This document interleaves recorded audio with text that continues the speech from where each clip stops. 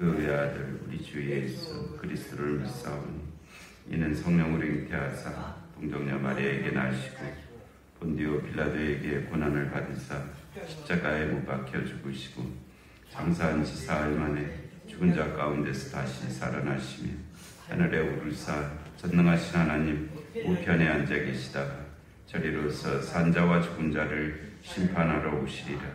성령을 믿사오며 거룩한 공예와 성도가 서로 교통하는 것과 죄를 사하여 주시는 것과 몸이 다시 사는 것과 영원히 사는 것을 믿사옵나이다. 아멘. 214장 나 주의 도움 받고자. 214장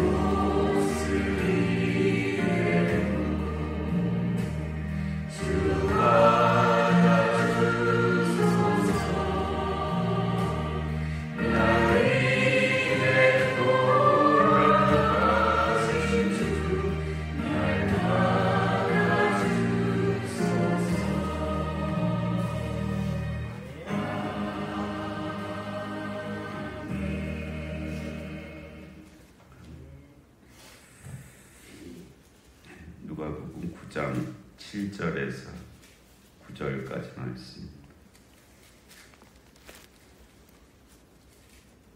누가복음 9장 7절에서 9절까지.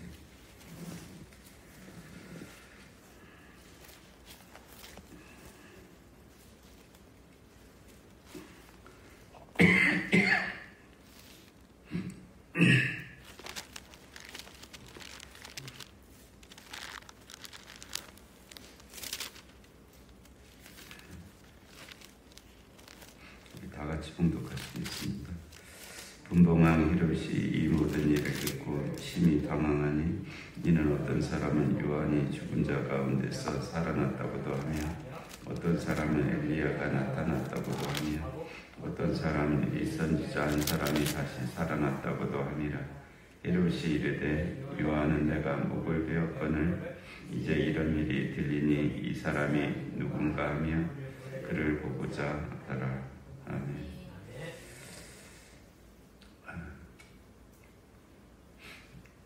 밖에 나갔더니 저는 이런 현상을 처음 봤는데 지금 유리창에 다 습기가 가득 찼더라고요. 이게 왜 생겼냐면은 실내 온도가 실외 온도보다 거꾸로지. 실외 밖의 온도가 실내 온도보다 갑자기 높아진 거예요. 갑자기 높아져 갖고 그 습기가 이제 유리창에 다 달라붙어 갖고 이랬는데 이거 제가 처음 보는 것 같아요. 이런 현상이 나타나는 이거 아주 이례적인 현상이거든요. 겨울에 아직도 겨울인데 갑자기 이 밖의 공기가 온도가 엄청 높아진 거예요. 습기까지 있어갖고 결로 현상이 그냥 유리창마다 다 자동차에까지. 그러니까 자동차에 있는 실내 공기가 밖에 있는 공기보다 차갑다는 그런 뜻이에요. 이렇게 됐는데 하여튼 이례적인 그런 현상으로 이렇게 나타났어요.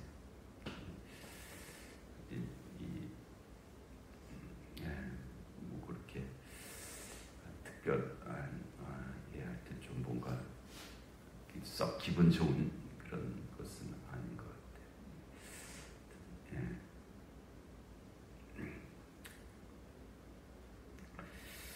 오늘 말씀은 아주 누가가 짧게 기록했는데요.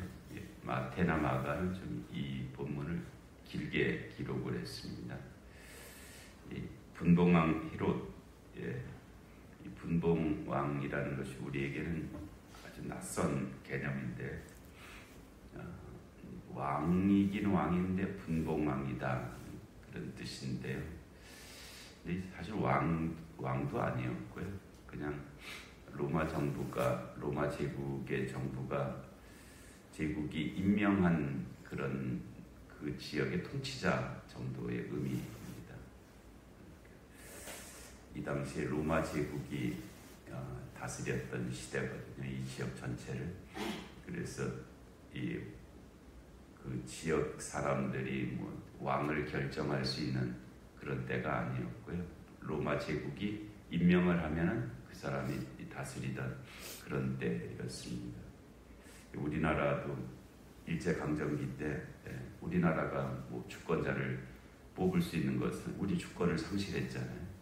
1910년에 을사늑약에 의해서 우리가 주권을 갖다가 일제에다가 넘겨줬기 때문에 우리가 주권을 결정할 수 없었고 일제가 총독을 보내서 우리나라를 통치했잖아요. 총독을 통해서 통치한 것처럼 분봉왕이라는 것이 그런 개념입니다.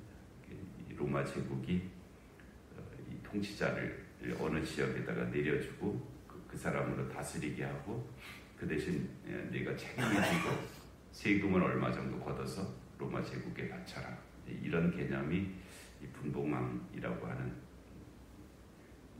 제도인데, 그래서 이 분봉왕 헤롯은 갈릴리 지역하고 베레아 지역을 다스리던 그런 사람이었습니다.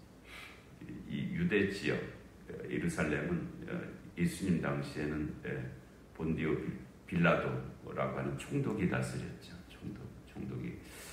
총독은 아주 직할 체제였어요. 로마 제국이 이렇게 봐서 제일 문제가 되고 직접 다스려야 되겠다고 하는 데서는 총독을 보내갖고 다스렸고요. 분봉왕은 그래도 조금 이렇게 자치권을 좀 주는 정도입니다. 알아서 하라는 정도. 그 대신 세금은 잘 내라 하는 이런 게 이제 분봉왕 제도였어요. 그 갈릴리니까 이제 예수님이 주로 사역을 하셨던 곳이 갈릴리잖아요. 그래서 갈릴리 지역을 다스렸던 이 사람이 헤롯이었고요. 그의 통치 기간이 예수님 태어나시기 전서부터 기원전 한 4년, 기원전 4년, 예수님 태어나시기 한 4년 전서부터 갈릴리 지역을 다스리기 시작해서 기원 후 34년 정도, 그러니까 예수님이 십자가에 못 박히시고 부활 승천하시고 그 후에 이 헤롯의 통치가 끝났습니다. 그러니까 예수님의 공생의 전체가 이 헤롯의 영향 아래 있었고요. 그리고 헤롯이 여기에도 이제 등장하고 또 한 번 등장하는데, 그때가 예수님이 이제 그 겟세마네 동산에서 잡히셨잖아요. 이제 체포당하시고, 그래서 가야바와 안나스 대제사장의 집에 가서 신문을 받고, 그때 이제 그 유대인들은 어떻게든지 예수님을 사형을 시키려고 했거든요. 이제 제거하려고 했죠. 그래고 그들은 예수님을 그 십자가형에 처하는 근거로 신성모독죄하고 성전모독죄 이 두 가지를 가지고 이제 그 예수님을 사형시키려고 했었습니다. 예수님이 내가 하나님의 아들이다. 이거 신성모독이다는 거예요. 그러니까 신성모독죄는 율법에 의하면 사형이거든요.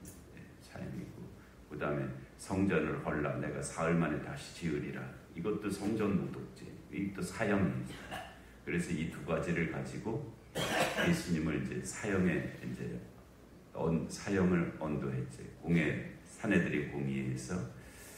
그런데 그 당시에 그 이스라엘 유대 사회는 이 사형은 뭐 자체적으로 이렇게 결의할 수는 있었는데 사형을 집행할 수 있는 권한은 없었습니다. 사형을 집행할 수 있는 권한은 총독에게 있었어요. 총독 빌라도에게. 그래갖고 총독에게 이제 넘겨주잖아요. 유대인들이. 이 사람은 이제 우리 법에 따라서 사형에 해당하는 사람이니까 당신이 이 사람을 사형시켜달라.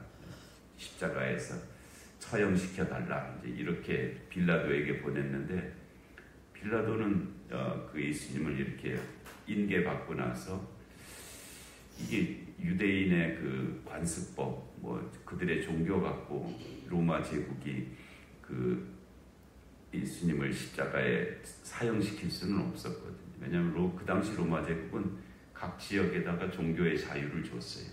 어느 종교를 믿어도 좋다.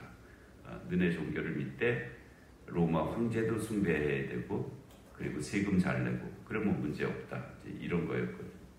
그 유대인의 법에 따라서 신성모독죄하고 성전모독죄를 가지고 예수님을 사형시켜달라는 거에 대해서는 총독 빌라도가 받아들일 수가 없었던 거예요. 그래서 총독 빌라도가 다시 이제 예수님을 신문을 하죠.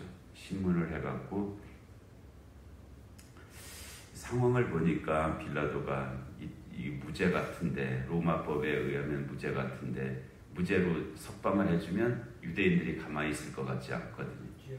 이거 어떻게든지 저 유대인이 원하는 말을 들어줘야 될 것 같고, 그래서 고민하면서 뭐 세숫대에다 손도 씻으면서 나는 이 일에 무죄하다 뭐 한쯤 변명을 하려고 막 그랬잖아요. 어떻게든지 좀 빠져나가려고. 그러는 중에 빌라도가 택한 방법이 예수님 보고 어디 출신이냐라고 물으니까 갈릴리 출신이다 라고 대답을 하시니까, 그러면 내 소관도 아니네. 자기는 유대와 예루살렘을 다스리는 총독인데 갈릴리 출신이라면 당연히 저 헤롯이 관할하는 지역이 아니냐. 그래갖고 그 새벽에 예수님을 헤롯에게로 보내죠. 근데 헤롯이 갈릴리에 있을 때가 아니라 예루살렘에 와 있었던 것 같아요. 그러니까 보낼 수 있죠. 그래서 헤롯에게 보내서 예수님이 이제 헤롯한테 가서 신문을 또 받으시잖아요. 근데 그때 뭐 헤롯이 예수님은 이렇게 무슨 이적을 행하는 것을 뭐 보고자 이렇게 했다고 했는데, 예수님이 그냥 아무 말씀도 안 하시니까 그냥 헤롯이 난 모르겠다 하고 다시 빌라도에게 그 새벽에 또 보내는 거예요. 다시 빌라도에게 보내니까 빌라도가 이제 어떻게 하지도 못하고 난처해졌죠. 그때 헤롯이 등장하는 아주 교활한 사람이죠. 자기가 책임 안 지려고 다시 그냥 빌라도에게 다시 보냈던 사람이 이 사람이고, 빌라도는 그래서 예수님을 다시 인계받고는 신문을 해갖고 결국은 예수님을 갖다가 반역자로 몰아갔죠. 반역자로 몰아갔고, 그래서 반역자로 예수님을 사형에 처했어요. 왜냐하면 반역은 당시 로마법에 의하면 사형이거든요.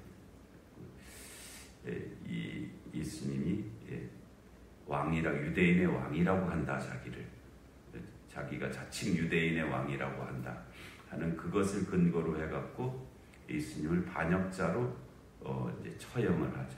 그래서 반역자라고 하는 표시를 십자가 위에다 붙였습니다. 붙인 헬라 말로도 썼고 로마 말로도 썼고 그 다음에 이제 히브리 말로도 써서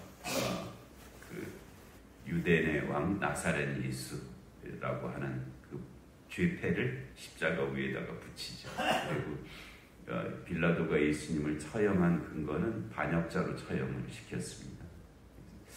유대인들은 신성모독자로 사형을 판결을 했고, 집행하는 로마 빌라도는 예수님을 반역자로 해서 십자가에서 처형했지만, 예수님의 십자가의 죽음은 신성모독자도 아니고 반역자도 아니고 우리의 죄를 대속하신 거죠. 보라, 세상 죄를 지고 가는 하나님의 어린 양으로서 십자가에서 죽으신 것입니다. 한 사람의 죽음이라는 것이 여러 의미를 가지고 있습니다. 여러 의미를 가지고 있는데 어느 것이 진정한 것인지는 이제 다른 것이죠. 살펴봐야 되는 것이고, 우리도 언젠가 죽을 거잖아요. 죽을 때 우리의 죽음이 어떤 의미를 가지고 있는지는 다 이제 다를 것입니다.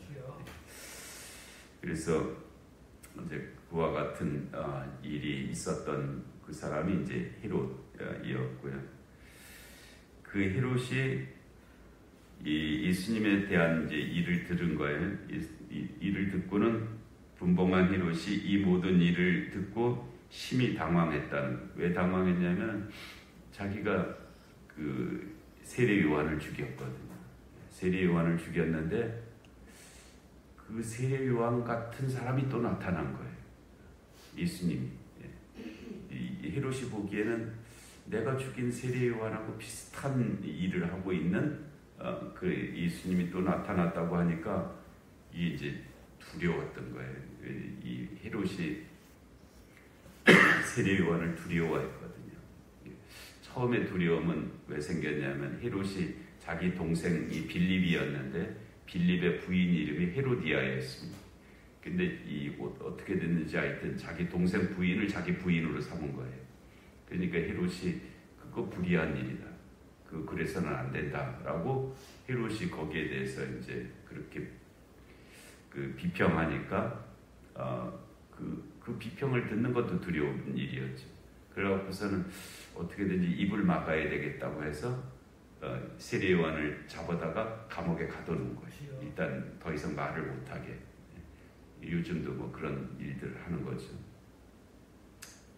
역사에서 항상 그렇게 해왔으니까. 그리고 감옥에 갖다 놓고 이제 전전긍긍하고 있었죠.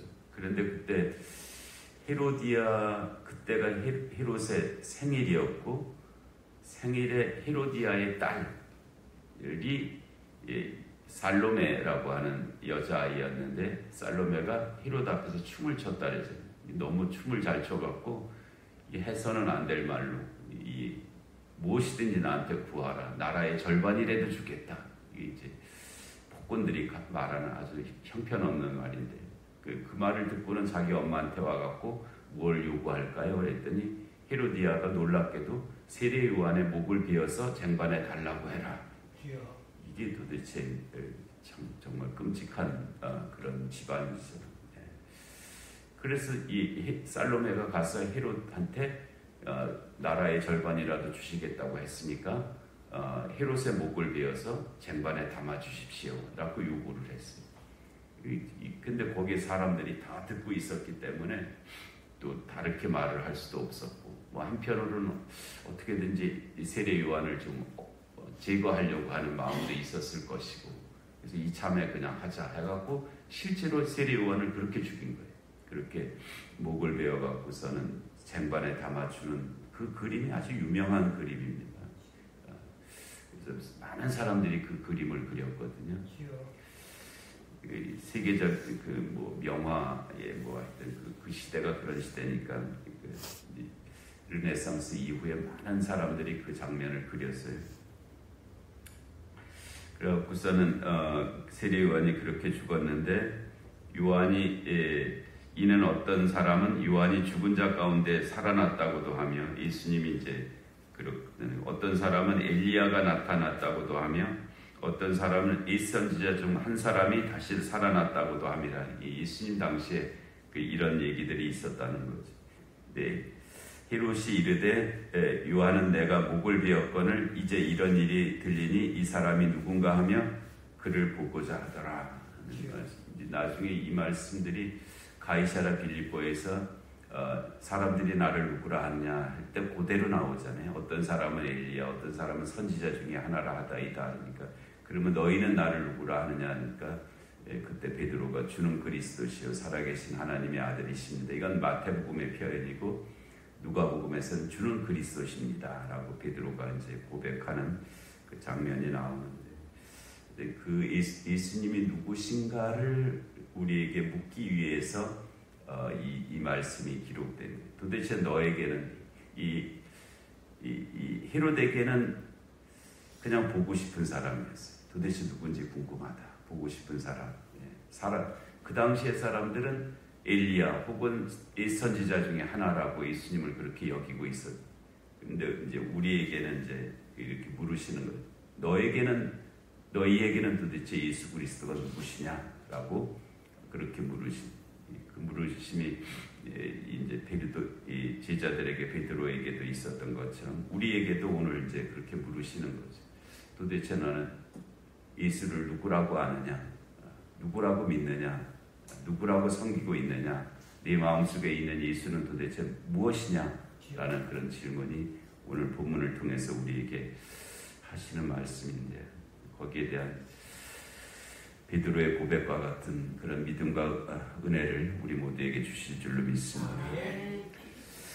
은혜로우신 하나님 아버지, 오늘도 귀한 새벽을 저희 허락하시고 하나님 주의 말씀을 듣게 하시니 하나님 감사합니다. 하나님 우리에게 예수 그리스도가 누구신가 하는 것이 더 하나님 분명해지고, 또 그렇게 고백하며 또 그렇게 십자가를 지고 주님을 따를 수 있는 하나님 저희들의 삶이 되게 하여 주시옵소서. 한 주간의 삶 가운데도 주의 은총이 함께하여 주실 줄로 믿사옵고, 또 영육간의 공고한 하나들을 참으로 긍휼히 여겨 주옵시며, 이 나라 이 민족 가운데 주님의 공의와 정의가 임하게 하여 주옵시고, 전쟁과 기근과 질병과 재난의 땅들 가운데 주의 긍휼하심이 함께하여 주시옵소서.